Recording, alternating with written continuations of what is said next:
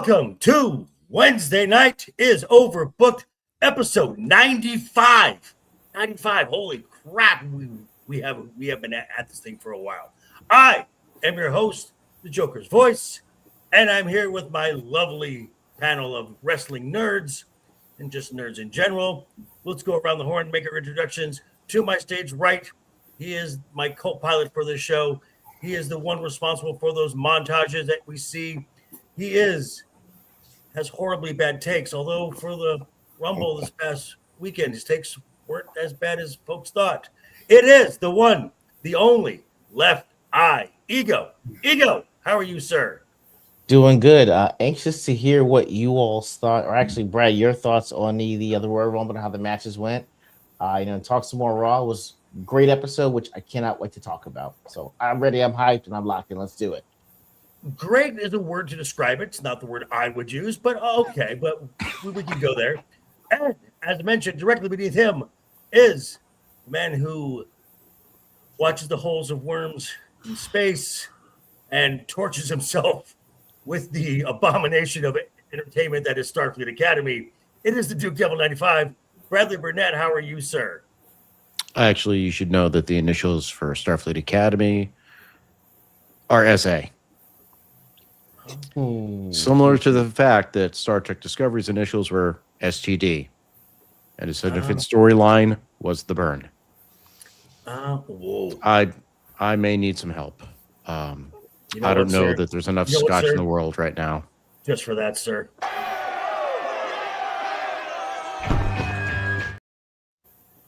That was well played. That was well played.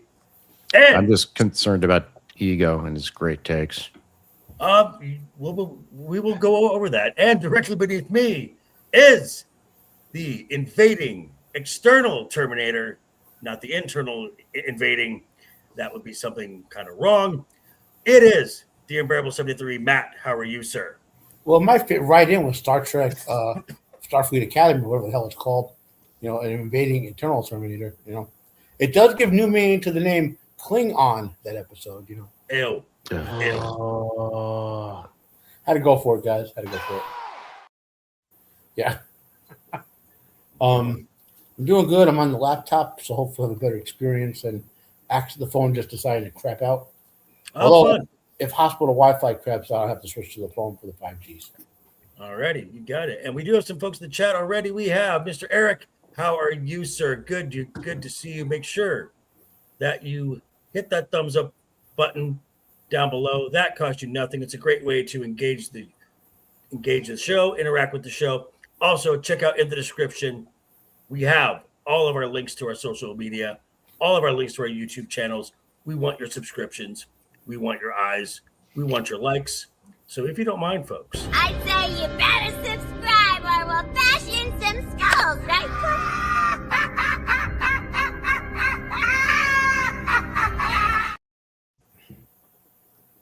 So yes, we had a premium live event on the weekend. I would say premium, maybe still not quite the word. It was a better premium live event than the previous one, that being Survivor Series.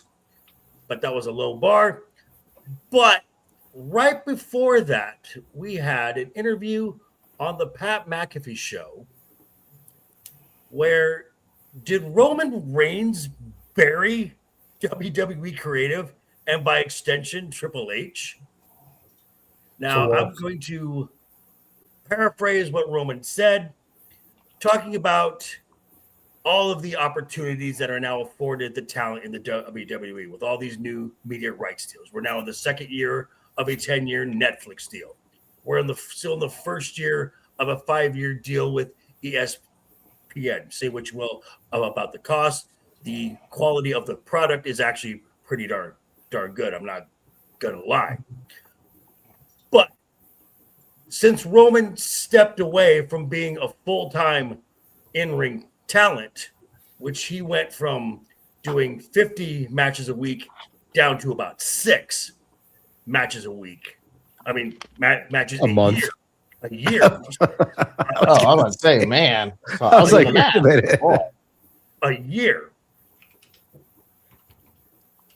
he is saying that the company has not moved forward. The company has not evolved, and young talent has not gotten over, which we have lamented on this show that the WWE, at least on the creative side, has become risk averse, has become very safe, and at times really has become quite Boring!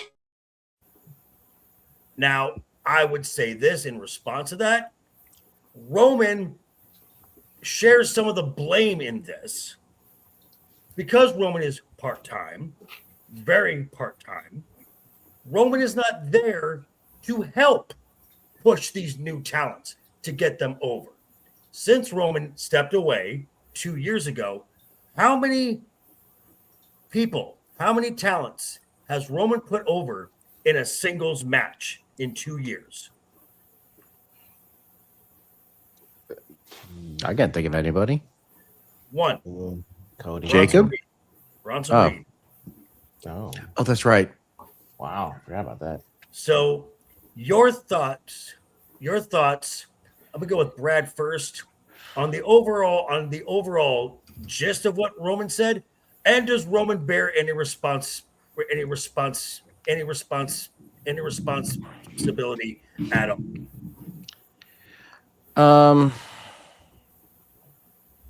I don't know if it's fair what he said, but I want to really more focus on the responsibility aspect. And I kind of think the fact that he actually has basically become a real part-timer, he's just there for show. I mean,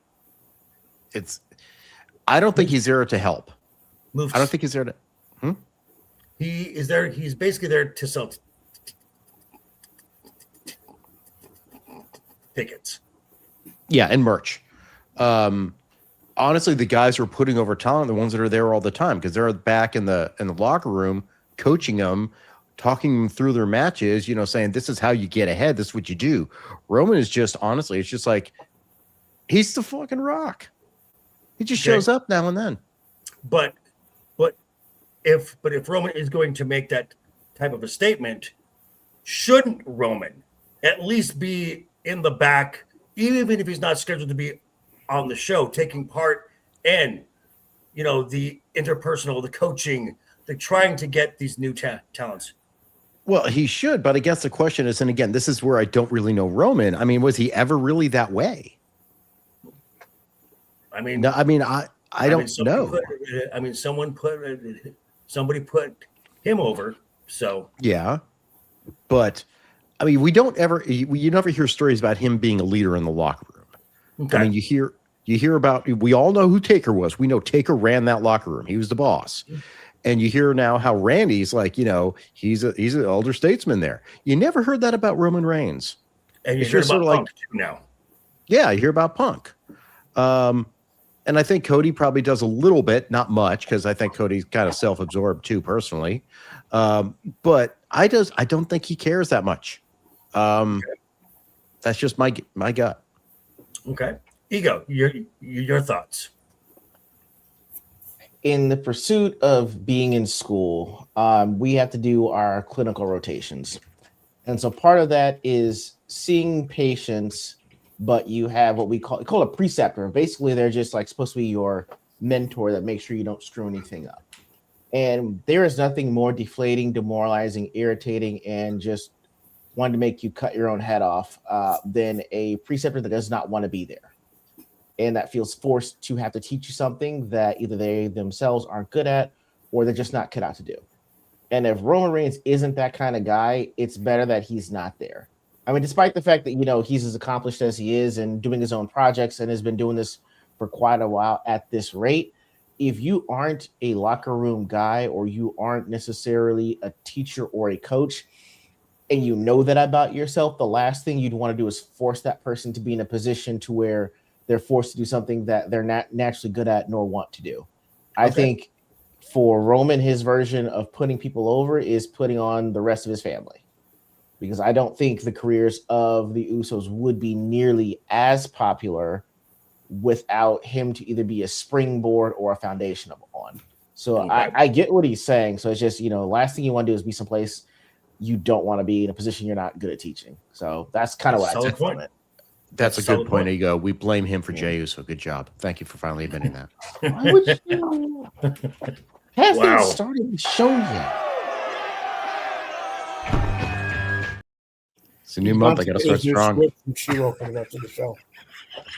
Oh, believe me, sir. We'll get to that too, sir. Matt, your thoughts?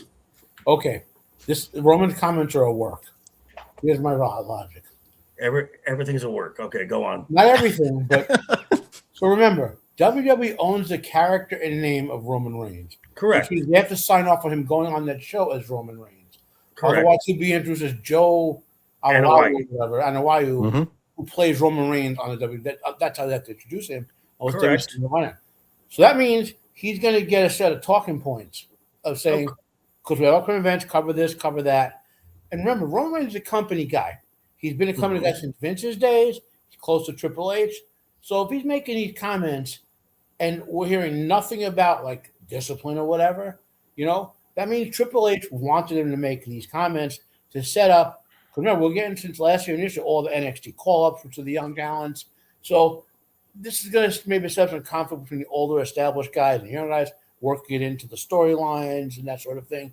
Gunther older wrestlers is part of the same, So I mean, that all went through my head when I heard the comments right before the Royal Rumble. Roman wins the Royal Rumble. These comments come across as a work to me. Now, could this be a work shoot? In the sense that, like he wasn't given say the exact 17 words. Sure, they probably say, hey, we're going to do a sort of old versus the young. I'm speaking in general here. Here's an outline. Here's an outline. Yeah, just kind of hit these points while you're being interviewed. Maybe drop a couple of provocative comments, and Roman just shout off in that line. Okay. Because I guess I'm going to ask you: is this part of WWE possibly realizing that the creative is stale and them saying, "Okay, let's work shoot this and make it seem like it is a shoot," with Roman saying, "Hey, the creative has sucked." I could see that. It's just since especially since Vince left, so there's like a more free reign for these guys to go on podcasts and whatever. Interviews, right? Constantly working stuff in. If you look 4 months later, it comes out in the storyline, And like when they go on other wrestlers' podcasts, whether it's Undertaker or Stone Cold or whatever, they know half of what's being said is part of the work, and because they do it themselves. So it's like, I don't know. I'm not trying to say that I'm paranoid or cynical. I'm just used to these guys constantly working stuff, and Okay. So as I said, that led into the Royal Rumble on Saturday, which we did a show a half hour after. Which, by the way, anyone who is in the chat now who was there, thank you for showing up. That was a great turnout for that show. We will be doing more of those as the next one, February 28th, a half hour after the Elimination Chamber. But we're going to do, again, a quick Rumble recap because Matt did not get a chance to watch the entire event and Brad was not here. So let me go with Brad first. What were your general thoughts of the event on a whole? I'm still convinced that there was a lot of empty seats in that stadium. Okay. Despite every post that showed you that seats were there? I was just looking on my television. Okay. It just looked like there were a lot lighting, of it. And the lighting kind of the in Los Angeles, the Intuit Dome has those LED lights as well. And they do it to make they do it to make patterns and everything. But because Intuit Dome is a dome, maybe the way the light refracts and comes back, maybe that helps that a little bit. This was an open air stadium, so there's nothing for the light to be contained in. But I agree, it did not look. It looked aesthetically like the stadium was half full. But then you see posts. But then I'm seeing posts on X of folks like holding their camera around. and the place is packed. It's weird. Now I did hear that there were a lot of late comers to the event. So, but go on. The only thing I really saw in totality was the men's. I saw the last part of Drew and Sammy.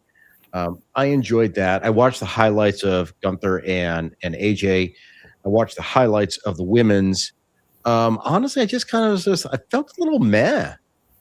It just really didn't hit that well. I mean, there's some interesting spots throughout. Like Oba coming out number one. I was like, I don't think any of us predicted that, and I was totally wrong. He did. Oh wow. And we'll get into that. Because Mr. Ego was trying to pop off, and we'll get the results of that in just a bit. But I mean, we all knew it was going to be Roman. I mean, it was not a shock. You and I did. did. Who did Ego think? He thought Braun. Oh, really? Oh, I was surprised what happened to Braun Breaker. I was totally surprised what happened. And him in the Mattverse said Logan Paul. Yeah, because I booked the Rumble I wanted to see. I know. Yeah. But my ending, you have to admit, would have been better. No, it would not have been. So anyway, go on. So, hold on. Let me address this really quick. No, Liv is not picking JC Jane, and no, that is not correct because she has held the Women's World Championship twice. So she would need to hold the Women's WWE Championship, then the NXT Championship to become a Grand Slam champion. But now that they have the mid-card titles, that throws that right out the window now. I mean, we had Grand Slam Grand Champions before we even had the NXT. Right. I never really thought it was that way. I mean, there was some interesting stuff. I was really glad. Whoops. That's my fault. Yeah. I was really glad to see exactly what I predicted, that it took so long for Jey Uso to get down to the ring that literally Roman was about to come out. We'll get into that. We'll get into that. We're gonna get into that. Didn't I say that? I think I said that. We'll get into that. Brie Bella was a surprise. That was a surprise. Old cheese. Like I say, I like the Gunther and AJ match. What we would expect. I thought solid matches. Didn't like the world on fire. Same thing with Drew and Sammy. Sammy knows how to put on a show, and he's the ultimate underdog, but he's never going to win. No. I just kind of felt it was a little bit predictable and just didn't really wow me. The other thing I thought is the fact that it's in Saudi negated a lot of the surprise possibilities. Okay. Yeah. That's right. Matt, your thoughts of what you went back and saw. Keep it general. Yeah, so I'll do the brief comments. So regarding the Sammy Drew match, it's a good match, really good. Sammy, I've watched him since 2002-ish. His age is starting to show all the wear and tear he took early on in his career. You could see, I could see he's not as, energetic's the wrong word, but it looks to me like he's 50-ish years old. His body is not as responsive to do some of the things he wanted to do with it, but still a good match. I love the AJ Gunther match. Okay. I have to watch it again a time or two to decide if I want to consider for a match of the year candidate, but I loved it. Okay. Now in the Women's Rumble, except for the first 6 or 7 people, I loved the Women's Rumble. It was a bit better. It was a better Rumble than last year, and better than the Men's Rumble this year. Yes. Yeah, the only thing the Men's Rumble beat on was the pacing was a little better, but that's about it. Okay. The one thing I love the most about the Women's Rumble, if anyone has Sol Ruka's ear. Okay, hold on to that. Hold on to that. Brief. He said brief. General. Well, this isn't about the wrestling. This is not about the wrestling. We're gonna get into this because I'm gonna set you up nicely, Matt. Okay. Okay. For one last general thought. Okay. Nia Jax has lost a lot of folks. That's the last general thought. Okay. with every Royal Rumble show, not everything goes according to plan. Some botches happen, and you've got to work on the fly. Some things, and it's what you see is what you get. Sometimes it's a hit, sometimes it's a miss. So let's go around the horn, give a couple hits from both Rumble matches. Matt, let's start with you. I believe you wanted to talk about a certain blonde surfer girl. Yeah. So here's Ruka. That outfit you wore, that needs to be your outfit. You wear that outfit. You have a million little girls in that outfit. On Halloween. You will hit the top 5 in WWE Merc with young girls with that. The way Bailey shot up when she changed. Older women too, man. That's the Avril Lavigne look. Yeah. Which she made that outfit. Yeah. And kudos to her for sticking with the Saudi compliance. Yeah. But still making something that fits her character almost to a T. There were a couple other good ones. I hate giving the Bellas any credit, but some of them did change up from the leather-looking bodysuit.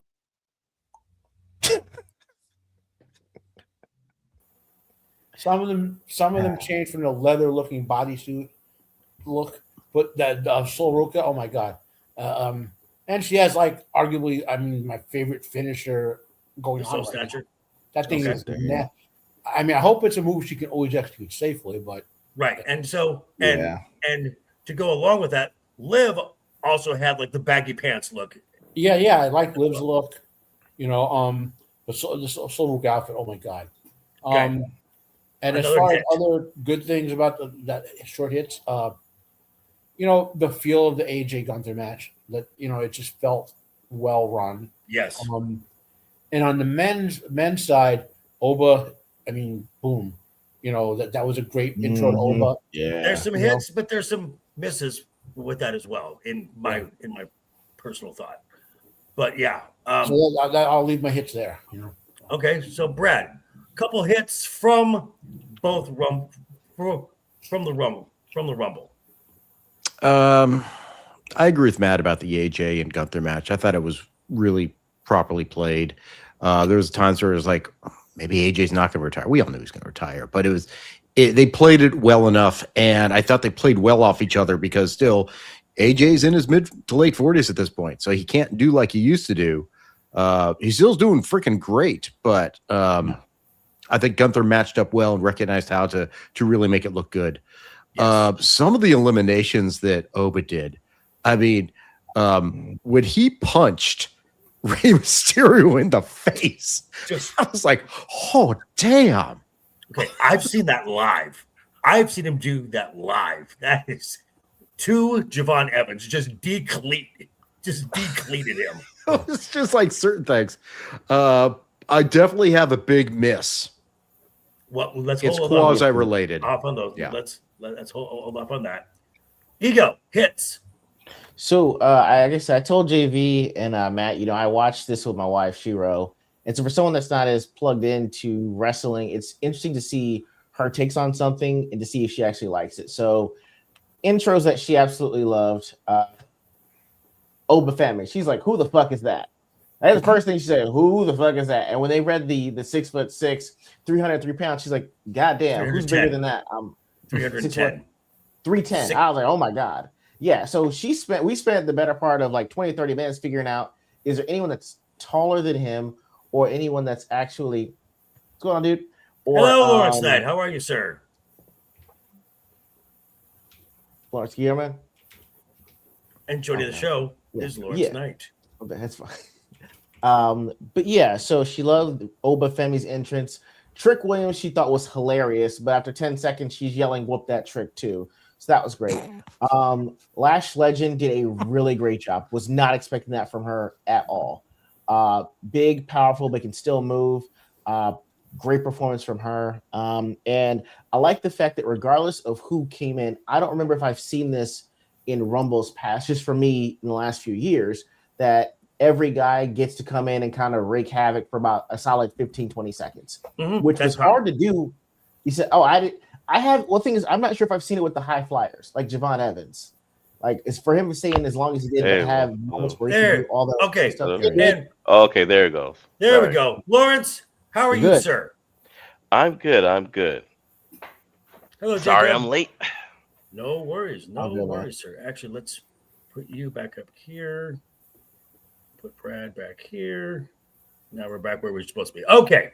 So, Ego, continue, sir. Oh, yeah. I mean, those were the main things. It was just, I thought it was well put together. I think the thing with what they did well enough with the AJ match is the fact that, you know, with us being as plugged in as we can possibly be without actually being in this industry, giving us reasonable doubt if this isn't going to be AJ's last match means it's good enough for us to suspend that disbelief of something that we already know might be happening anyway. So they did a really good job with that match. I mean, those were pretty much all the overall hits that I have. Okay. Lawrence, briefly, give us a few hits that you have that you can take away from the Royal Rumble event. Things that you were like, ooh, I like that. Ooh, I like that. Just a few. Okay. Believe it or not, the Women's Royal Rumble, I liked what's her name? The chick that carries around the giant purse with the brick in it. Kiana James. Yeah, I thought she did great. As usual, she doesn't get the credit that I think she deserves. I think they're mishandling her. Oba did great. I don't know. I mean, it was just, to me, it was just okay, I guess. Okay. It wasn't bad, but it wasn't, I wasn't jumping out of my seat. Okay. For me, some of the hits. Oba, absolutely. The presentation of him, giving him at least a number one spot so he can do his full strut, because he was going to, the way he struts, it's going to take him at least 96 seconds to get down the ramp. And then, so we had to do this. So they had to do that. It was good that the crowd knew his chant already. Yeah. So we'll go into the misses in just a bit. I thought Javon Evans, for a high flyer to last as long as he did in the Rumble match, which high flying is not conducive to a Royal Rumble. I did like, as far as the women's Rumble went, Liv. I've been a Liv fan for years, so seeing her finally get that win and punch her ticket to Mania, where now there's no doubt that she's going to be there. For me personally, between both Rumbles, I thought the MVP was Sol Ruka. She was amazing. Absolutely amazing. Yep. Came in at number 10. Hey, Joe. How you doing, sir? And she came in at number 10, had the second longest time in ring of both Rumbles, just at about 51 minutes, made it to the final 3. And this was the gal who was the only female NXT talent that was on the John Cena Farewell Saturday Night's main event. I'm hoping that they're going to bring her up sooner rather than later. I'm thinking they're going to bring her up post Mania a weekend, because right now she's in a program with JC Jane. The AJ Styles match and Gunther match. Gunther is incapable of having a bad match. So that's just my thought. And AJ had the crowd behind him. The crowd was invested in that match. AJ would kick out, fans would cheer. Gunther would kick out, fans would, oh. Now we're going to the misses. Now, Laurence mentioned Kiana James as a hit. Kiana James is a miss because she came in at number 3. She's going into the ring with a former tag team champion, Charlotte Flair and Alexa Bliss. Logically speaking, she should not have lasted 5 minutes. She lasted about 27, and she's the sidekick of Julia, who lasted barely 15 minutes. Who are you trying to pusher, a champion, or the sidekick.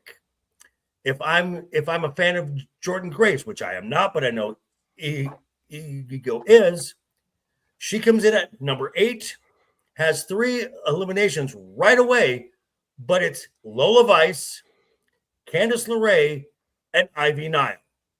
Literal who's right now. As opposed to Lash Legend,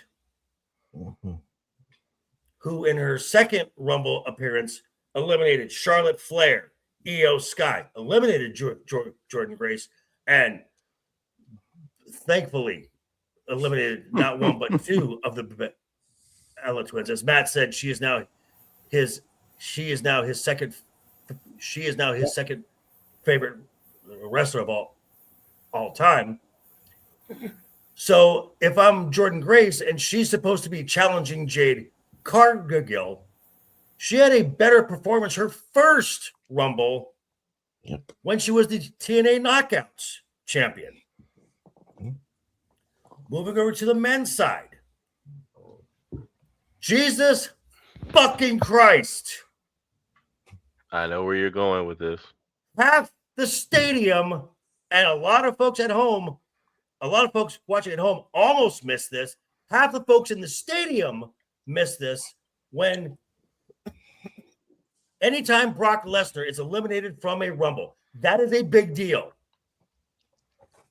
Yep. But why did they miss it? Why did they miss it? Because Jay fucking Uso has to come to the crowd like the little prima donna little bitch that he is, has to yeet the whole fucking time. By the time he got to the ring, Brock had been eliminated and 90 seconds had run off and Roman Reigns is coming in. And then Roman Reigns says, oh, Jay, you want to run it back? You want to run it back? You want to run it back? And then cold cocks him. I beg to differ on that. Shut up. No one asked you. We'll get to you later. She's been hot since Saturday, not this man. And then not just the fact that we had now we got an episode of Raw where Finn Balor was told that there's no more spots for him in the Rumble. But you had room for La Parka and Mr. Iguana from AAA. Who knew that? They didn't know them. They didn't know them.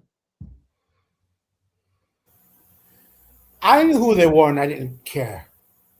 And the worst part of all, which shows just what type of, we know that the Saudi audience is a big nostalgia audience, but my bingo card was not reserved for the biggest pop, being fucking Brie Bella got the biggest pop of the entire freaking show, and not just from the fans in attendance, from the myriad of the ghost dicker, clapping seal, fake online reactors like, oh my God, this is great. This is great. This is so awesome. I got one thing to say to all of you folks. You fucking mark! I need to make a legal correction, Joker, sir. That is called the WWE Universe. That is the proper way to refer to them. Here you go. Miss. Oh, and Roman Reigns. Miss.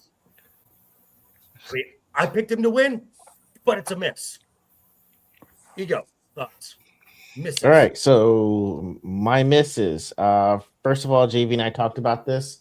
I don't understand the point of having Obo Femi come out first, eliminate 5 people in succession between citizens of Whoville and established superstars. And there's a great stare down by Braun Breaker. I think there's, or not by sorry, Brock Lesnar. 3 Brock stare Lesnar. downs. 3 stare downs. Right, there's 3 stare downs, and it's not like he tried to take him to Suplex City and Oba no sells it. Or he just tries to do a forearm, no sells it, or anything. He actually gets suplexed 2 or 3 times before he retaliates, only to then be eliminated. I'm just like, And then I think 90 seconds later, Brock gets eliminated by another citizen of Whoville. Randy, And so I'm saying that was Cody and LA Knight. Okay, that was the team up. My bad. Okay, that one. I get it. You have the superstars eliminate him, but the problem is the fact that, excuse me, you made this thing intense, and the thing is, they could have had a short interaction before being eliminated separately by different people, so that no one has to feel like they gave up on anything.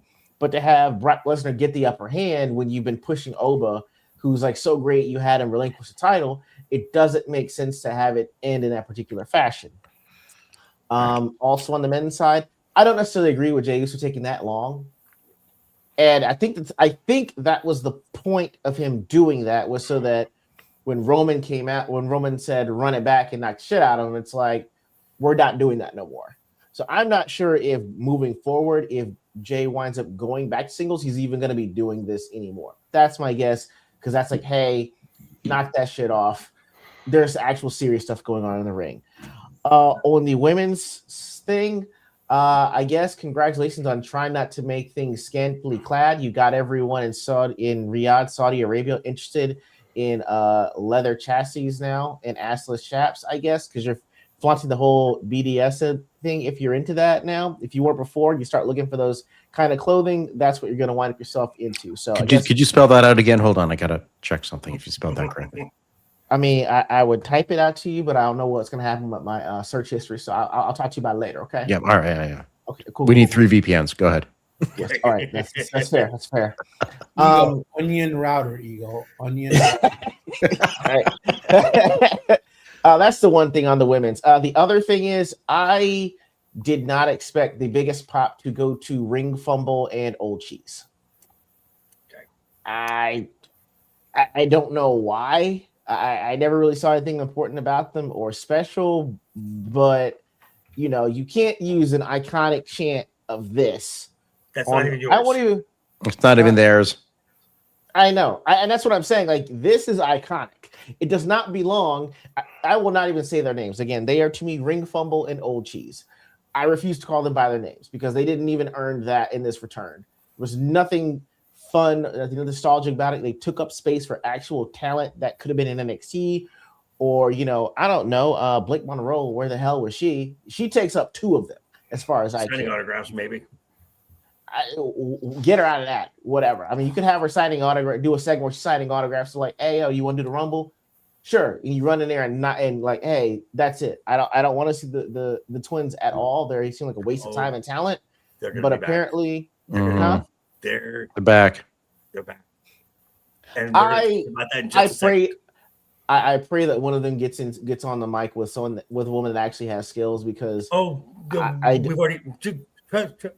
I got you. Okay, I understand, because like, this is, I don't really feel like seeing them at all. That's kind of boils my blood on that. So I'll leave it. All right, Laurence.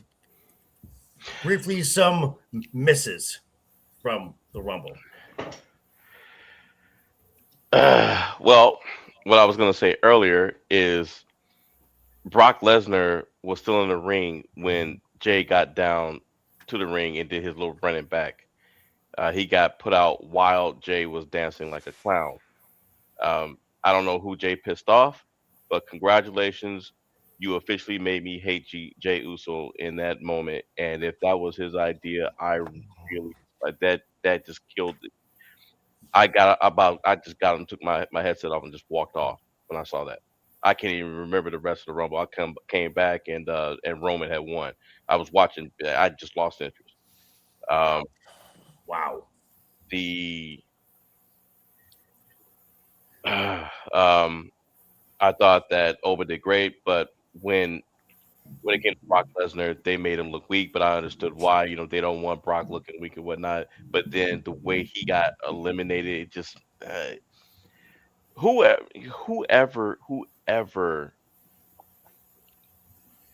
produced that Rumble, 4 of them. Whoever produced it should be skinned alive. Well, that would be Michael Hayes, Bobby Roode, Shane Helms, and Jamie Noble. And given those names, 4 people who know better. Mhm. But then again, Michael Hayes was probably drunk, calling Clip somebody that. the N word in the back, probably calling Oba the N word. So Alrighty, Brad misses. Remember I talked about last week that Finn would like knock someone out and take his place. I think that was a miss not having that happen. I mean, like bring in like, Mr. Iguana, have him come down to the ring with the little iguana and then Finn attack him out of nowhere, take a spot. I mean, that would have been good. More people would have liked that probably.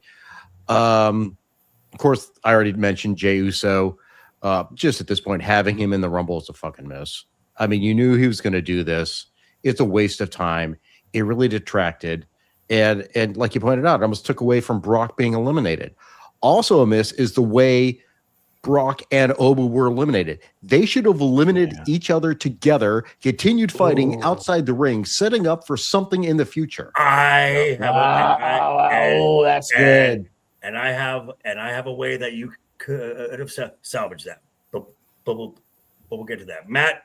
Wait, one more miss. Okay, one more miss. Go for it. Real quick. But it's a miss when I watch, and then it's not a miss. No Jericho. I thought it was a miss. No Jericho. Now I realize it's actually not a miss. Okay. Jericho is still on the AEW website. Roster, so yeah. He's still on the roster page. So, Matt, a couple misses really quick here. Real quick. On the Brock elimination thing, that whole sequence was a miss. Initially, when I saw it live, because I watched it live, the only one I caught live, I saw something in the corner. I'm like, and then it cut away, and I was like, when I saw Brock, I thought they were cutting away so long because there was an injury somewhere that they were trying to get the camera off of it. It couldn't pass my mind that they're actually doing this yeet thing in the middle of a friggin' Royal Rumble.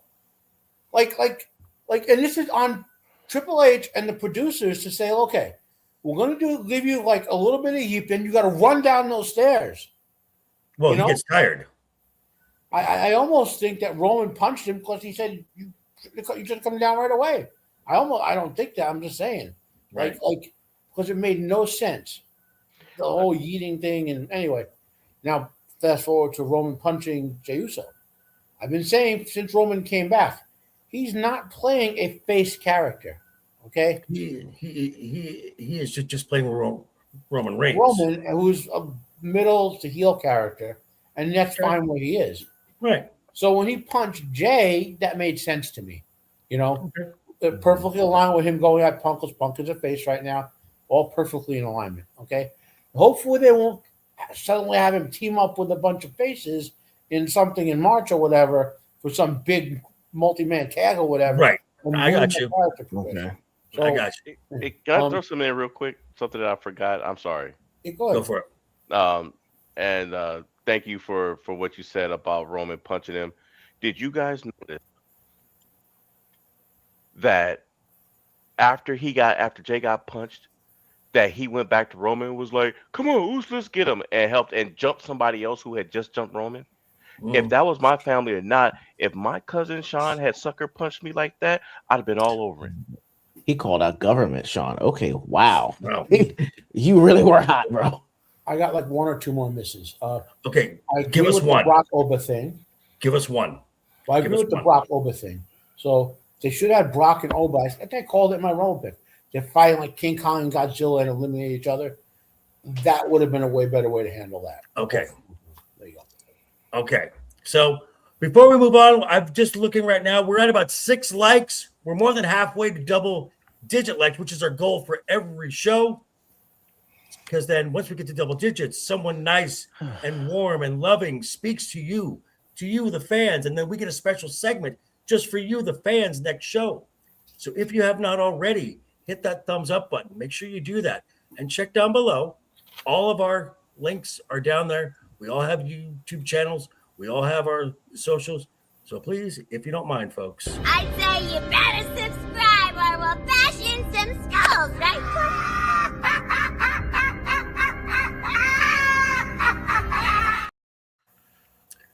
So before we move on, last week we were giving Mr. Ego a hard time here.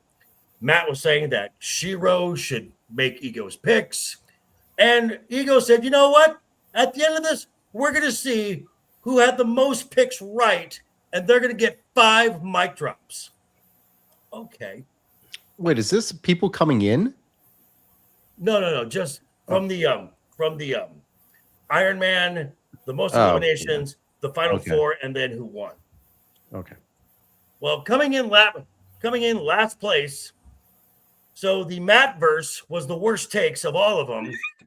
Out of 4 possible spots, Matt got 3 right.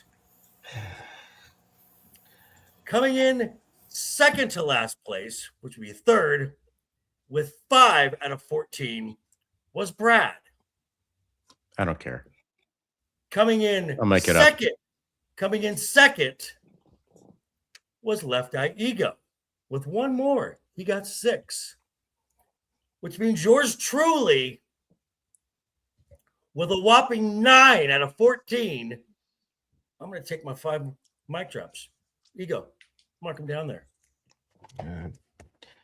Done. That's 5. That's right. All right, that's 5. Oh, you're only 3 ahead of me now. Yeah, that's right. I'll make that up by the end of the show. Hey, Thomas, how are you? Possibly, yeah. Very possible. And so we are now on the road to WrestleMania as we started Monday Night Raw, and we had some fallout from the Rumble. And again, heading into WrestleMania. Now, there were some things in here that the 2 best parts of this show had nothing to do with in-ring action. Mm-hmm. It was a segment with Gunther and Dragon Lee. That was good. Which Gunther came out. At first, you heard AJ's music, and oh my God, AJ's here. Nope, it's Gunther. He's trolling everybody. He got so much heat for that.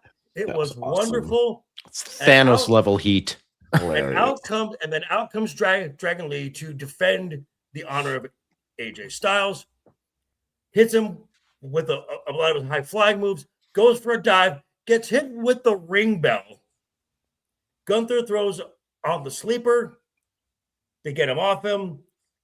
He gets into the ring, pulls Dragon Lee up and put the sleeper, draping him over the ropes. And kudos to Dragon Lee. He sold that shit like the rent was due. This is what you need to do with Gunther. Gunther's a killer. He's a killer. This is what he needs to be. And we'll get to the main event, which was really just a promo segment, but that will definitely determine what is the night 2 main event of the WrestleMania. But here's part of my problems here. A couple things. We had a match with El Grande Americano and Javon Evans. Which one? Well, it was El Grande. Let's call him the hero of Mexico. New recipe. New recipe. So you've got Javon Evans, who was just the Iron Man in the Rumble, and you're trying to push this kid who's exciting to watch, but he's in the middle of a comedy bit between Original El Grande and New Recipe, which really should be a Mania match, mask for mask match. That I agree. And I think I wonder what Mexican luchador's face will be revealed. I know, right? So, and then you had Nikki and Brie. They tried to do a promo saying that they're the original tag team. I'm sorry, I remember WrestleMania 1. They had a team called the Jumping Bomb Angels. That's way before the Bellas were, and Brie's just even worse on the mic than before they were born. Right. And then you had Oba. Was supposed to be, there was a scheduled tag team match with the War Raiders. Out comes Oba and just does a one-man squash on a established tag team. What you could have done, Oba squash the War Raiders, sure. Grabs the mic. Brock Lesnar. If you're not a coward, I'll see you on SmackDown. Throws a mic and walks off. Now you've got something going.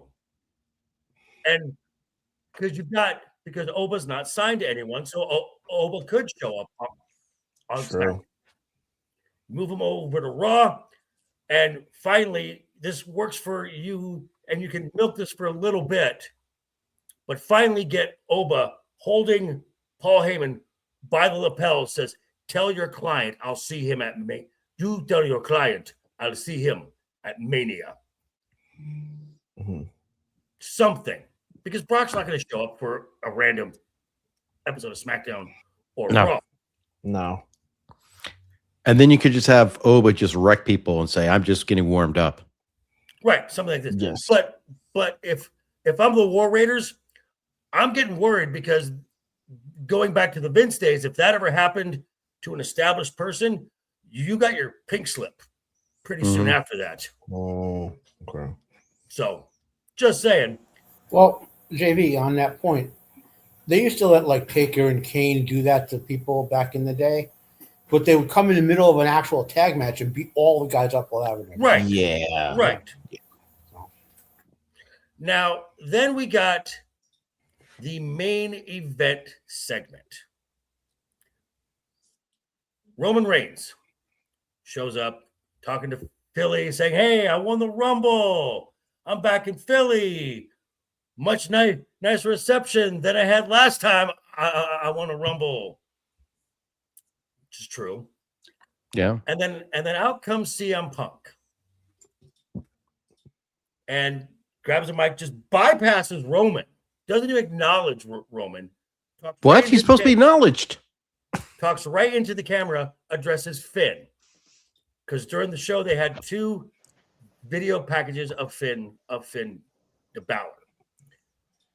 And we got Roman making his decision. And this may have been one of Roman's best promos ever. Yeah. Because he's in there. This was a good section. You've got to raise your game. They brought in the past. Yep. Roman called him Phil. Didn't call him Punk, called him Phil the entire time. And they talked about their history. And it finally came down to, I'm not choosing you because you're the bigger star. Sorry, Drew. I'm not picking you because you're on Netflix and this is the better show. Sorry, SmackDown. I'm choosing you because I hate you. Yeah. And at WrestleMania, you will acknowledge me. And drops the microphone and walks out.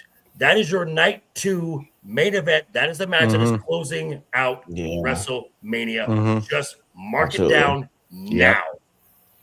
Yeah, please do. As soon as he won, I knew it was going to be Punk. Thoughts on the promos segment between Punk and Roman? Ego, start with you. Man, that was electric. I was excited. I mean, this is, for me, I don't, because I'm so necessarily new to this relative to you guys, I get to hear all of these back and forth on the mics in retrospect, or hey, what was the best one you heard? That one. It's like I actually got to watch one in real time this time. It was fantastic. I guess it would have been maybe I wasn't around when Punk and Roman were in the same company. So I mean, that's what I'm saying. I wasn't around, so I never really got to see what kind of interactions they had, if any. I know that they said it was a CM Punk henchman team at first, something like that. Yeah. But I'd never seen them interact together on the same brand, like in real time. Like I heard about it, but I never saw that. I heard about Shield as well. So having them go on the mic the first time like that, to go back and forth, blow for blow, it was a verbal match that we all got to see, which was fantastic. The only thing that I would say I didn't like about it had nothing to do with the segment and everything to do with the timing of it. I really wish that segment had happened before the women's match, because it seems like you're riding it kind of an adrenaline high. I'm saying for me, I would rather mine match. I would rather mine in on a match. I don't necessarily like ending on promos to me. So I would say I would have liked to end on the match because it was a great match. But other than that, the segment was great.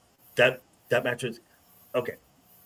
I'm sidetrack here. We need Joker. We need a bad take video drop now. I mean, we just need to get one. I mean, anytime. It's going to be constant.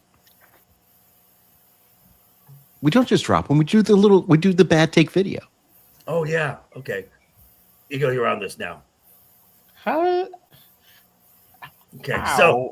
Okay. All right. I'll So find something. okay. Let So me search. here's the thing. The championship match, Raquel, Stephanie, Philadelphia street fight match. This is a basic WWE TV hardcore match. Okay. The problem I have with this match is this was not really a match. It was more of an angle for Liv Morgan to kind of lead you in the direction of where she's going to pick for her challenge at Mania. The problem with this match is it was too fucking long. This match was almost 20 minutes long. You went through 2 commercial breaks, and because you've devoted so much star power to the women's tag team division, your top champions have suffered because of it. And Raquel has improved immensely. Oh yeah. But she's not a main event star. And right now, neither is Stephanie. And that's the sad part. So, Laurence, your thoughts on Monday Night Raw? Make them quick. I agree with everything you guys said. I enjoyed the women's well, I enjoyed that match, and I enjoyed it because I've seen how much Raquel has grown. I mean, immensely, the way she was moving and everything. I think that getting her away from Judgment Day and getting her with the right person, backstage could help. But I think you're right. I think that they've brought in so much star power that Stephanie just got lost in the shuffle. And plus, they're not really doing much with her. They've mishandled her. Really, they really have. I mean, she is really good. Fantastic. But I also think that she got that belt too early. I mean, I really do. I think at this point, I would have given that, if they just had to give it to somebody that early, I would have given it to Roxanne before I gave it to her. Okay. Possible. Brad, your thoughts on Raw? I watched highlights from the women's match, and I do agree. I actually believe the character of Raquel Rodriguez now. Before, she just kind of seemed like a body. She didn't really do much. Now it's like she's actually doing stuff. She has like a personality. She's doing things. So, I mean, that's an improvement. The thing obviously stand out to me. Gunther I love Gunther promo. I love pure heel. It's like plasma heat. Heel heat. I'm also concerned that like every time I see him, I see a version of Max Verstappen that's just like pumped up. If you don't know who Max Verstappen is, he's an F1 racer. It's weird, but the Punk Roman promo at the end, Ego's like, I understand he wants the wrestling at the end, but back in the Attitude days, it was not uncommon for a promo to end the show, and this promo needed to end the show. And it was, this is the same guy who at one point said suffer and succotash. Right. Right. Right. This is like, I mean, having seen Roman from the beginning, I mean, separate from being part of the Shield, when he became solo Roman, big dog and bad push, this dude's completely different. This is like, okay, now you've built it up. He's not going to appear much, but when he appears, it's going to be significant. So that's how you play the real part-timer. So he shows up and does something majorly significant. We all knew it was going to be Punk and Roman. I kind of hope it's going to be Punk in the end. Okay. Matt, thoughts on Raw? Okay, I like the promo, the very top level promo. My biggest complaint about it, and Stephanie Baku has been my favorite female wrestler for quite a while, and Raquel has really developed. She's my number 2 right now in WWE. Why are we having a hardcore match when Stephanie is just coming off of a leg injury? Right. What logic is there? I think about that. And then combine that with Raquel being a very physically demanding match, which means her control might be a little off. I saw there was no logic to this match. I got you. And now I'll end the Raw with this. This was the perfect time because again, Roman's part-time. We're not going to see Roman again till after the Chamber Probably. So yeah. Roman makes his choice now. You've got enough meat on that now that because we pretty much know who Punk is going to be facing at Chamber in Chicago, and that's Finn. So now you've got fuel for Finn to be you're just looking past me. Don't look past me. I'm going to take that title. And it's going to be an excellent match where you might think Finn might just do it. Because again, it's not based on last year when we thought it was going to be the Bianca and Rhea after the Chamber. That was a foregone conclusion. They did a impromptu title switch and gave us one of the best triple threat matches ever.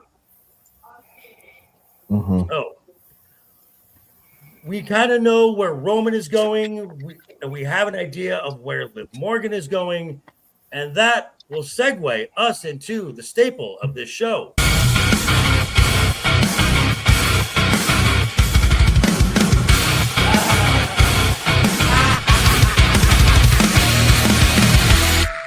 Always keep a smile on your face.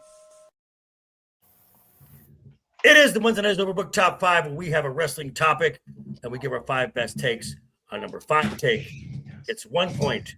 Our number 1 take gets 5 points. And at the end, Mr. Bradley Burnett, the Duke Devil 95, changes his name to Price Waterhouse and gives us a definitive scientific answer for these topic. And it's actually going to be these topics because we'll be doing a top 5 in recognition of both Royal Rumble winners.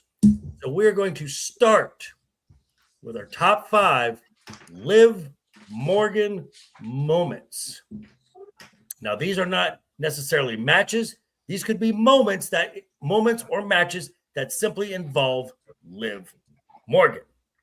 So, Ego, let's start with you, Joker. sir. Yes. Joker, real quick question. Given the fact we have 2 top 5s, how detailed do you want us to get into this? Yeah. I mean, if you want to give the date, sure. If you want to kind of, detailed how do you want to? I mean, like why I justify this placement, that sort of thing. I mean, give a general. Okay. So, Ego, your number 5 Liv Morgan moment. Number 5 Liv Morgan moment was after the Riot Squad dissolved. It was her first solo match, I believe, and she went against Charlotte Flair. Okay. That's a hell of a way to debut your singles from going from the Riot Squad to facing off with Charlotte and becoming, I believe, a face in the process. So I've got that at number 5. I remember that night. It was they were kind of standing on the stage and Charlotte's kind of addressing everything and Liv kind of pops up and Charlotte's like, "Do you work here?" And Liv was in her pink. She had her pink hair and the blue tongue. So, okay. Nice one. Laurence, your number 5 Liv Morgan moment. Her debut with the Riot Squad. I took one look at her and I knew that she was going to be where she is today. Okay.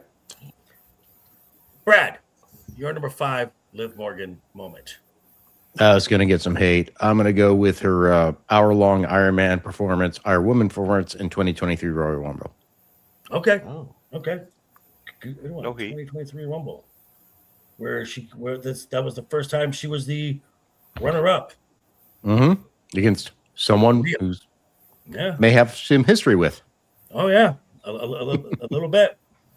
All right, Matt, your number 5 Liv Morgan moment. I think it was King of the Ring 2024. She beat the man Becky Lynch for the Women's World Championship. Okay. I love that storyline with her. You know, I just feel really energized by it, and I enjoyed the win. Gotcha. Okay. Laurence, I'm in agreement with you. The show was SmackDown. It was November 21st, 2017. The debut of Ruby Riott, Sarah Logan, and Liv Morgan, the Riot Squad. Ego, you're number 4. Number 4, she becomes the SmackDown Women's Champ after cashing in her Money on the Bank on Ronda Rousey and Natalya, I believe. So again, it sounds like a very quick ascension for her, and I got that. But I got that number 4. Okay, Larry. Sorry, what was that? I'm sorry, what was that one? When Money she won the in SmackDown the bank title. cash-in. Yeah, Okay. yeah, Money in the Bank. Yeah. Larry, you're number 4. The Rumble runner-up, Do which one? the 2023. 23 Royal Rumble runner-up. Okay. Brad, you're number 3. I have when she first turns heel and starts going after everybody. Rhea, Becky, Damage Control. Just when she first turns heel herself. This has to be specified. So was this after the 2024 Rumble when she was started doing the Right. Mariah about it slogan? Yeah. Yep. Okay. All right. Matt, you're number 4. When she returned for her revenge tour, and within like 1 or 2 promos, literally stole the Judgment Day from Rhea and Damian Priest. Okay. Like we knew, you know what I mean? Just boom. That's kind of in the same ballpark as her Yeah. heel turn. Yeah. Okay. But just specifically those like 1 or 2 promos, we were like, holy crap, Okay. Ego, I agree with you. The date, July 2nd, 2022, at the MGM Gardens here in Las Vegas. Not only does Liv Morgan win the Money in the Bank briefcase, but for the SmackDown Women's Championship match after Ronda Rousey defeats Natty, Liv Morgan cashes in to capture her first, what is now the Women's World Championship. All right, Ego, you're number 3. Number 3 moment was when y'all started getting me interested back in wrestling. SummerSlam 2022, the betrayal with Dominic Mysterio and That was effectively stealing. 24. Why the hell I have 24, 22 on here? 24. I'm sorry. Why I had 2022? So you're saying Dominic? So I guess we go with the Dominic situation, I guess.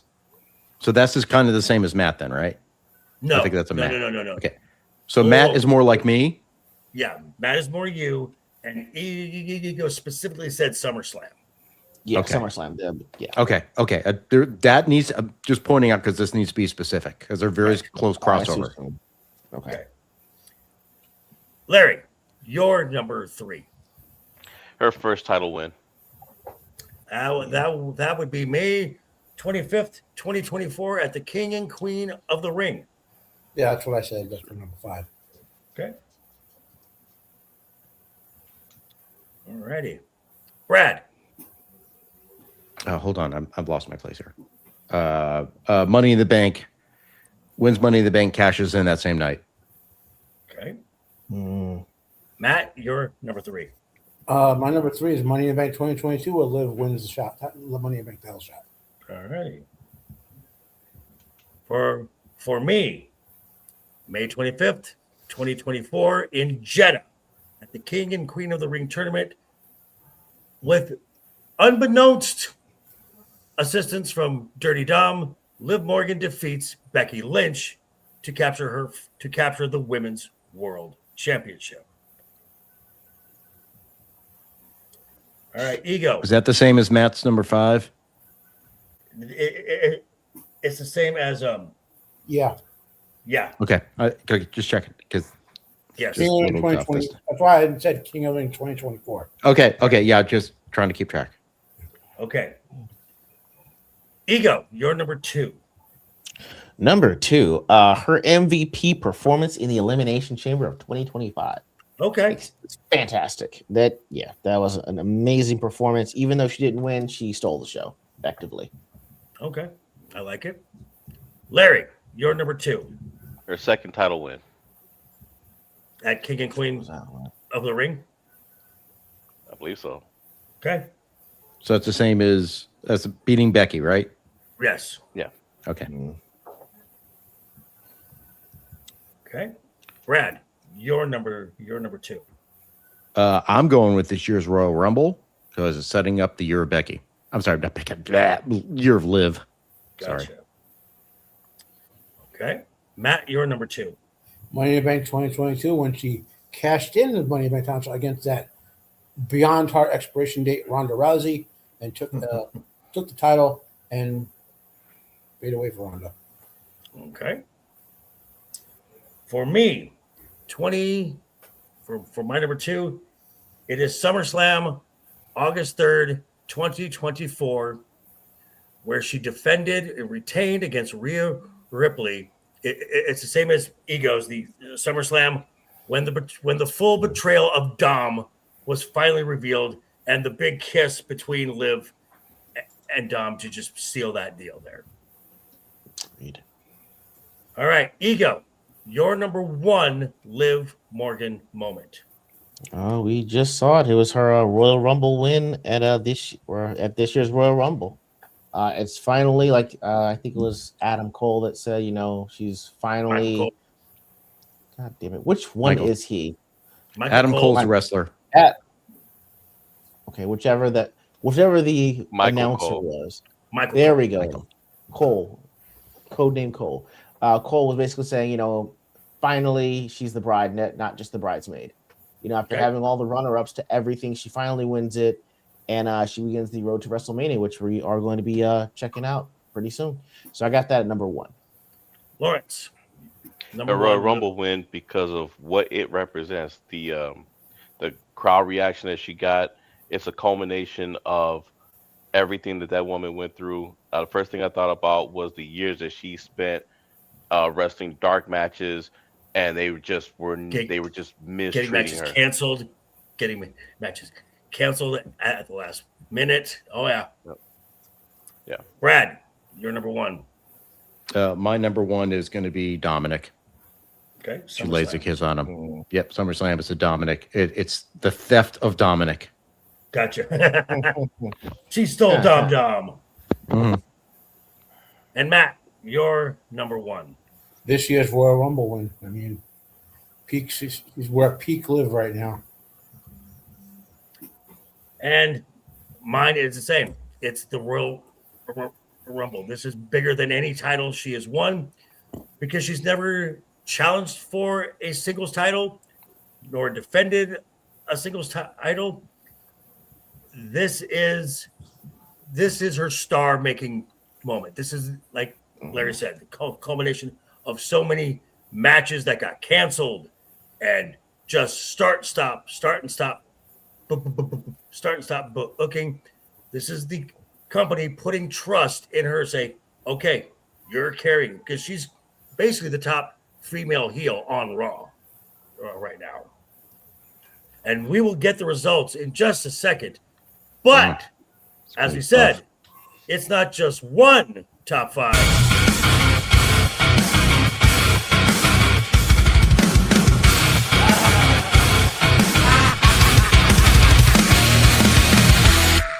Always keep a smile on your face.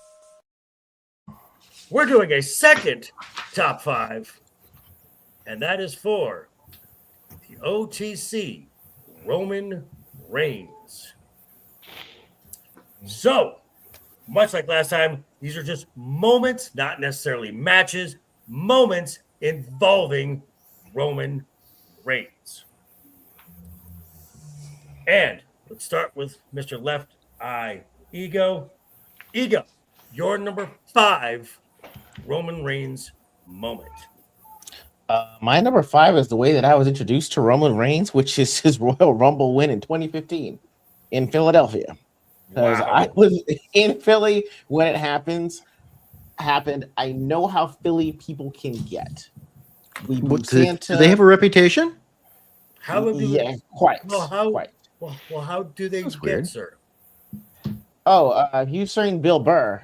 Bill Burr got booed for 8 minutes, and he went in on Philly people for 8 minutes, and they wound up cheering him because he said how terrible they were. That's how he got them to cheer him, because he said how terrible you guys are. I didn't know how bad the push was until I saw or heard about the Rumble. And The Rock, being as big as he was at the time, to come out and try to raise his hand and be like, "But this is the guy. This is the guy." And they were like, Hey, Rock, "Nah." go fuck yourself. Should have seen that coming. But anyway, but yes, I should have seen that coming. But for it to be that bad, I had to go into like a whole like, what did he do to make everyone hate him? And so thus began the long road to understanding Roman Reigns to where he is now. But it all starts at number 5 with the Royal Rumble win. All right, Lawrence, your number 5 Roman Reigns moment. When he got clowned by Samoa Joe. Is there a specific date you have for this? Because that happened often. Sorry, I don't remember the date, but I do remember that it was in the middle of this feud with Brock Lesnar, and Samoa Joe came out and told the truth, and it was clowning him and said, every time you go up against Brock Lesnar, you get jacked up, you get put through tables, you get put through ladders. I mean, he just laid it all out and just had him looking stupid in the middle of the ring. Because at that point, everybody hated him at that point. Gotcha. It was the funniest thing I'd ever seen. So we're just going to put Samoa Joe. Yes, sir. Yep. Sorry, I don't have any date. No worries. Brad, your number 5. The debut of the Shield. Mm-hmm. That would be November 11th. No, I'm sorry, November 18th, 2012. 2012. Holy crap. Almost 14 years ago. Matt, number 5 Roman Reigns moment. So he was feuding with Braun Strowman, and they put Strowman in the back of an ambulance. Roman got in the driver's seat and rammed the ambulance backwards into a semi, crushing it. It was one of my favorite violent promos. I was shocked. Not shocked they would let have that level of violent promo in the modern WWE. Just so you know, folks, Matt abhors the violence. I'm a pacifist. I hate violence. Oh, you're like a Klingon in the Starfleet Academy. Yes. A Klingon. Oh. All right. My number 5 is also the debut of the Shield at Survivor Series. The debut of the Shield at the Survivor Series, all the way back in 2012. Wow. That seems so long ago. It is, dude. It's 14 years ago. I know.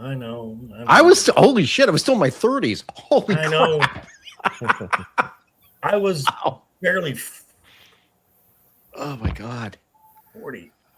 Oh shit. Goddamn. Okay. Ego. You're number 4. Number 4. Sometimes certain things are bigger than wrestling. It can affect you in a huge way. So Roman Reigns returning after his battle with acute myeloid leukemia in I think we got 2019. 2019, yeah. So I got his return from leukemia. I think that the that time off really kind of helped with rebuilding him as a brand at that point to me. So I think a lot of things kind of stem from that. He's actually people legitimately missed him, and it's like, well, damn, I hate you for you being pushed, but like, man, like you came back from leukemia and like you still want to do this shit, even though you don't have to. Like, respect. Plus, we missed you, which why I got number 4. Okay, Larry, you're number 4. My number 4 is when he beat Triple H for the belt and then lost and then got cashed in by Sheamus. Because it was the first time that I actually felt bad for him. Wow. Versus Sheamus. All righty. Brad, you're number 4. I'm calling an audible. Okay. And literally because of what Ego just said. And I'm now, and it's going to tie in because I remember that promo. I do too. Not when he came back. I remember when he came out and Mm-hmm. he just said, "My name is Joe." Joe. Yeah. That was, I think about that. As soon as you said that, I'm like, holy shit. Like that hit me. I have to include that. Okay. All right, Matt, you're number 4. I think it was WrestleMania 38 when Roman beat Brock to become the first undisputed champion. 13. Yeah. 8. 38. Correct. 8. Yeah. WrestleMania 38. Because that was mine before. Ego just like did a heart punch. Right. I've got Ego sitting yeah, so yeah. a bit higher. Now, this was a different type of a heart punch. This was a heart punch that was in a match, and I'm talking about the 2023 Elimination Chamber. This is Roman Reigns against Sami Zayn in Montreal, and Sami had become this beloved character with the bloodline, and the bloodline was starting to become over as a babyface. They're getting babyface treatment from the fans. Sami turns on Roman. This match was to remind the fans that no, the bloodline are the bad guys. We are an evil faction, and Roman just worked Sami pillar to post and just took an entire city's heart, just ripped it right out of their collective chest and just ate it and made them watch him do it. Because there was no booing after the match. It was just silent. Great moment. Ego, you're number 3. All right, number 3 moment that I've got on here is the formation of Shield, 2012. Okay. When I had people telling me about it, everyone that I heard that described Shield said they were all going to be superstars the moment that they saw them. No one said, hey, so and so's career is going to be better than, it's not like everyone's going to have a better or separate career. It's like, no. These 3 guys together are superstars. Like they said from day one. And I was like, looking back, I guess I can see it too. So I've got that number 3. Okay. Larry, number 3. My number 3 is when Roman walked out and said he had cancer. People who were booing that man minutes earlier, and they scanned out to the crowd. These people were crying, and it was the turning point of all the hate that he was getting for the push and everything, which I blame Vince more for than him. Yeah, definitely. He wasn't ready, but that was the turning point for him. All right, Brad, you're number 3. My number 3 is WrestleMania 31. 31. Okay. That Seth's cash in. Ah, that one. The heist of the century. Mm-hmm. Okay. Matt, you're number 3. It was at Payback, maybe in 2020, where Roman beat the Fiend and Braun Strowman to begin his 3+ year title reign. Payback 2020. Okay. My number 3, and Matt is going to be upset with me because he is going to think that this is too low. There's always a plan B. There's always a plan B. But yeah, June 2nd, 2014. Dear God. Ego, you're number 2. Man, there's always a plan B. June 2nd, 2014, man. For all the reasons you said, that's a huge event. I got that number 2. This is oh, you're number 2. Okay. Got it. Larry, you're number 2. When he disappeared to be repackaged, it was the right thing to do at the right time. And the only other wrestler that I know that was known for doing that and came back even explosively more successful was The Undertaker. So are you talking the COVID era? Yeah, when he just disappeared. And then he right. Okay, so you're talking his first appearance back on SmackDown. Right. Okay. COVID return as your number 2. All right, Brad, you're number 2. I'm going Payback 2020, beating Strowman and Bray Wyatt, and basically becoming the tribal chief. The formation of the Bloodline is which basically happened that time. Okay, that's where the historic title reign started. Yes, Payback 2020. Okay. Matt, your number 2. There's always a plan B. The look on people's faces when this happened, it's almost as awesome as that one black dude's face when the Undertaker lost. Like, and the only criticism We know. is that only criticism I have was I wish they had held the show together for maybe another 6 months or so. Let them all get titles and then do the betrayal. Like really grind it in there, you know. Okay. But that's them. And the reason it's not number 1 is, well, you guys say I can't say anything positive about Roman. I'm going to give something positive. All right. My number 2, April 7th, 2024. The reign of Roman Reigns comes to an end at WrestleMania 40. In one of the most overbooked main events of all time. But Jesus fucking Christ, it was awesome. WrestleMania 40, Night 2, the main event, the end of Cody Rhodes' story, when Roman Reigns' end finally came to an end. So, Ego, you're number 1. Number 1 is we got it here. I don't know how you guys describe this, or if you want to just say it's the formation of the bloodline when he actually starts out with Paul Heyman. So this is the cutaway scene where he's on SmackDown and he signed a contract and Paul Heyman's right there. It's okay. No, I'm going to give you the date, August 28th, 2020. Okay, so whichever. I just want to point out something real quick. The way Joker does this is weirdly like a weird tism. Rain Man. And you are Rain Man, like with the way you can call these dates out. You're doing this like I do Trek. Clip that.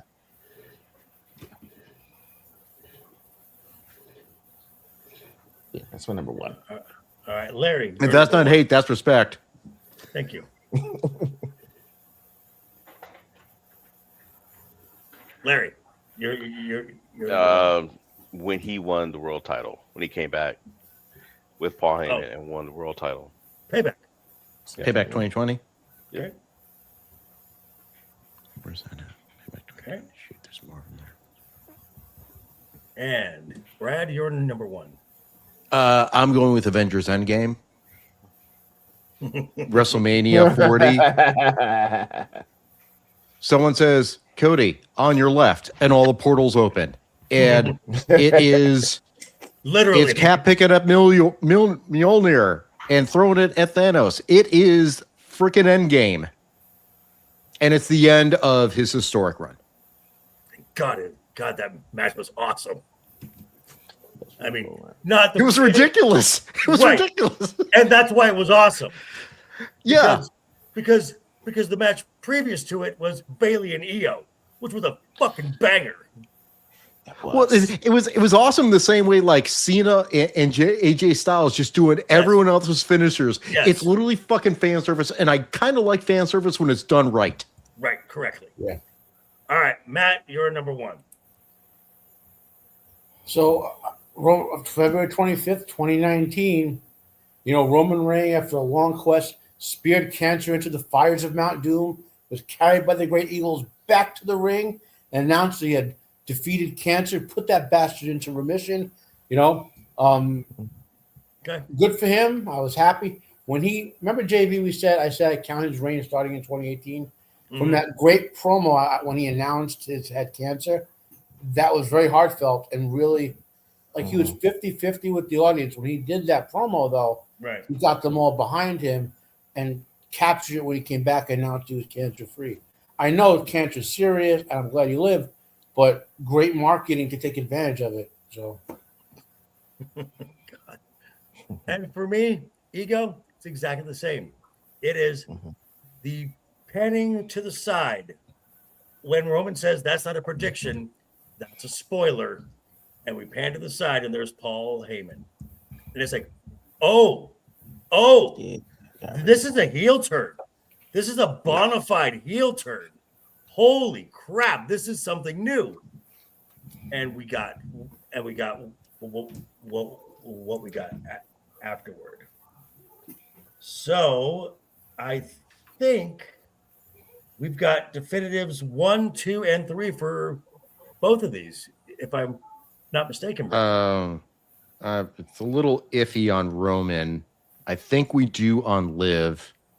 Okay, I have definitive number 1 on Liv as Royal Rumble. This year's Royal Rumble.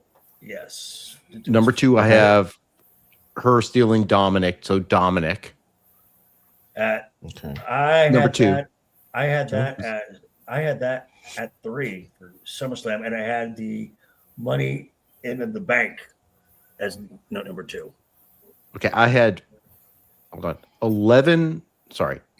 12 on that.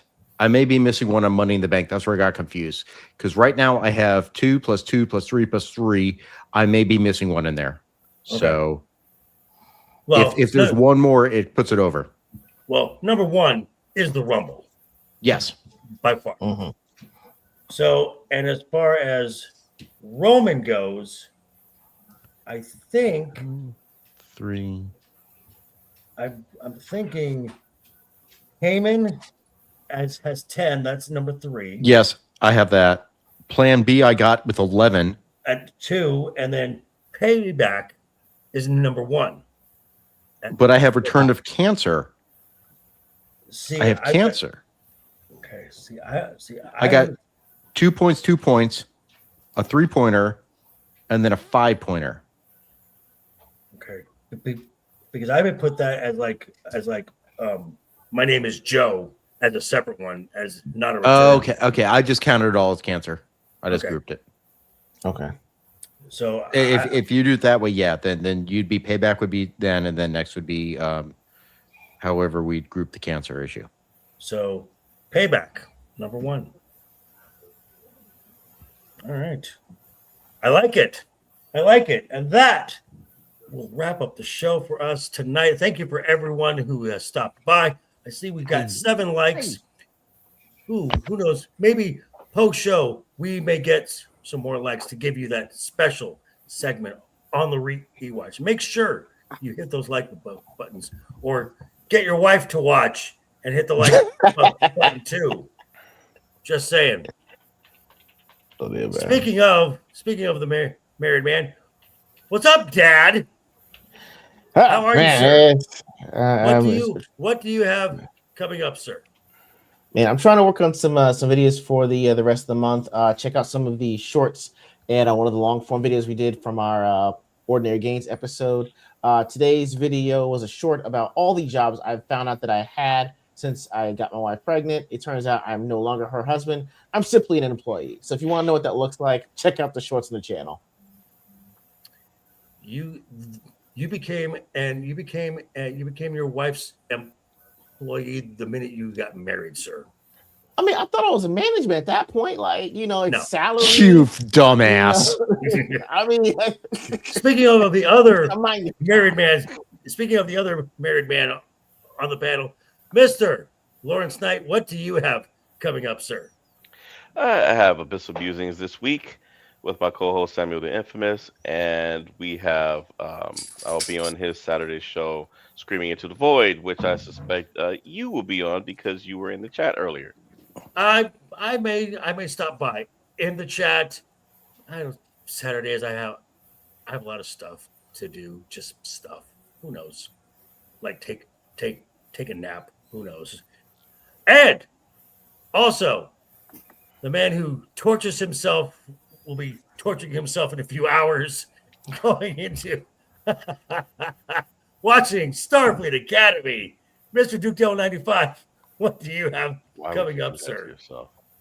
Also, as the non-married man with the extremely long-term permanent relationship, right? 15 years and counting. Employee. Yeah, I've been employed for a long time. I don't even get employee of the month. It's terrible.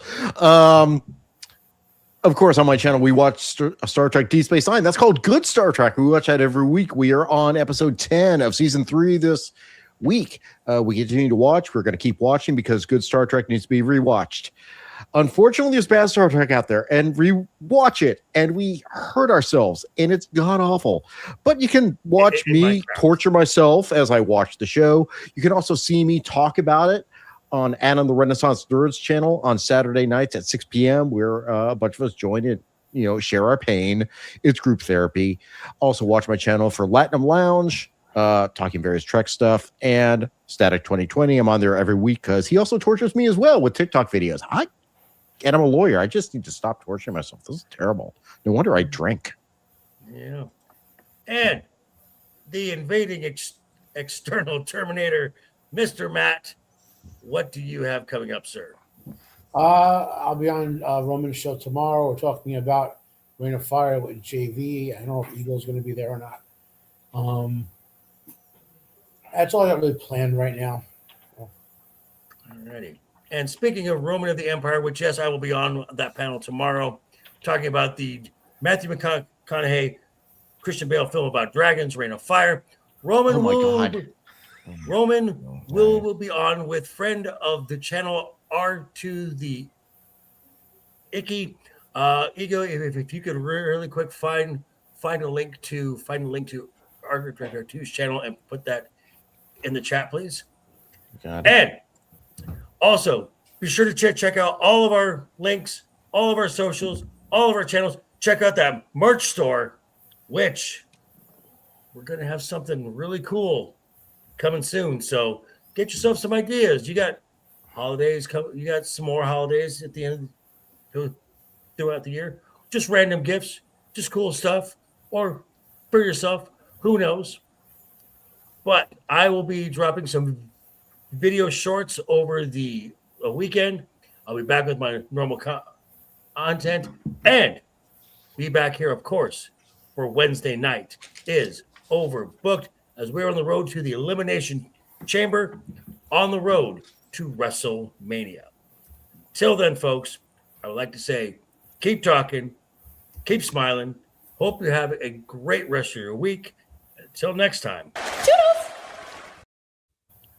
Always have fun and take care. And here we go.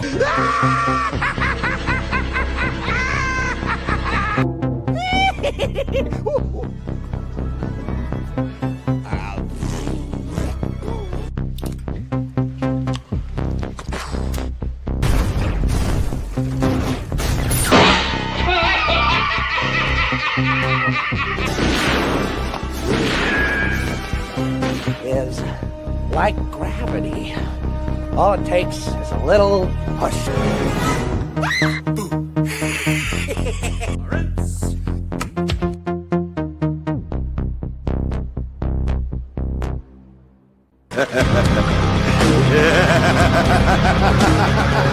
Ah!